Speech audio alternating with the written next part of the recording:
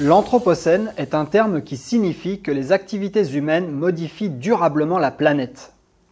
Comme le soulignent Laurent Testo et Nathanael Wallenhorst dans l'introduction de leur ouvrage « Vortex, faire face à l'Anthropocène », notre Terre devient moins propice à la vie dans son ensemble et à la vie humaine en société telle que nous la connaissons.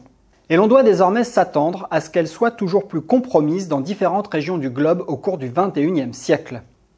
Dans l'Anthropocène, les organisations et a fortiori les entreprises font face à de multiples phénomènes irréversibles, massifs, rapides et incroyablement perturbateurs. Événements climatiques extrêmes, appauvrissement des sols, stress hydrique, raréfaction des ressources non renouvelables, les entreprises sont impactées directement et l'entrée dans les eaux troubles de l'Anthropocène nécessite qu'elles renouvellent sans plus tarder leurs dispositifs d'anticipation. Ceux-ci doivent désormais s'appuyer sur un socle biophysique tel que la science du climat et des ressources nous le décrit aujourd'hui, pour pouvoir comprendre et tenir compte des transformations de leurs activités dans le monde turbulent de l'Anthropocène.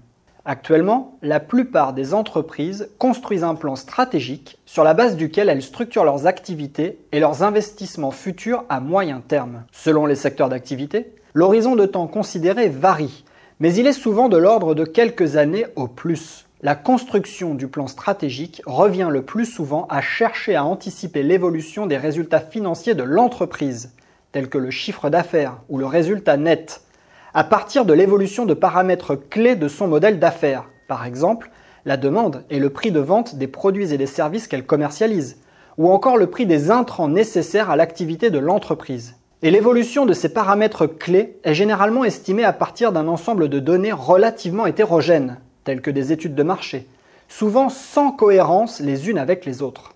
En bref, les sciences exactes et en premier lieu la biophysique sont loin, très loin de faire partie du répertoire que mobilisent la plupart des dirigeants d'entreprise. Est-ce un problème?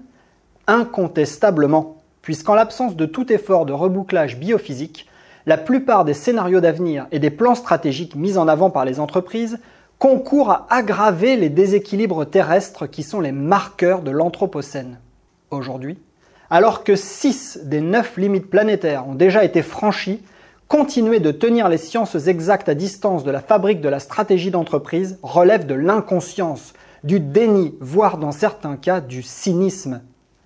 Dans un article paru au début de l'année 2024 dans une prestigieuse revue scientifique, plusieurs chercheurs en sciences de gestion de premier plan n'y allaient pas par 4 chemins. La stratégie d'entreprise ne peut plus ignorer les limites planétaires.